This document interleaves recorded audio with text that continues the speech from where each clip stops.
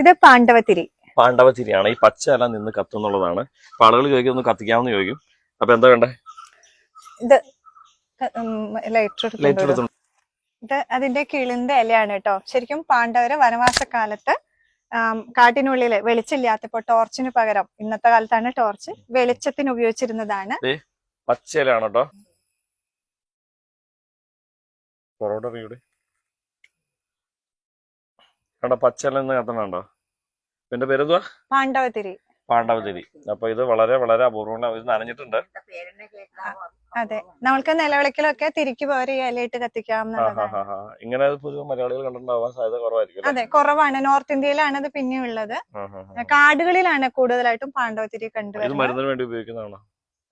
ഇതിന്റെ പ്രധാന ഉപയോഗം എന്ന് പറഞ്ഞാൽ നമ്മൾ എങ്ങനെയാണ് പിന്നെ സിദ്ധവൈദ്യത്തിൽ ഉപയോഗിക്കുന്നതിനെ പറ്റിയിട്ട് അറിഞ്ഞു വരണേ ഉള്ളൂ. കണ്ടില്ലേ എത്ര നേരായി നിന്ന് കത്തണു. പച്ചയില നിന്ന് കത്തുന്നതാണ്.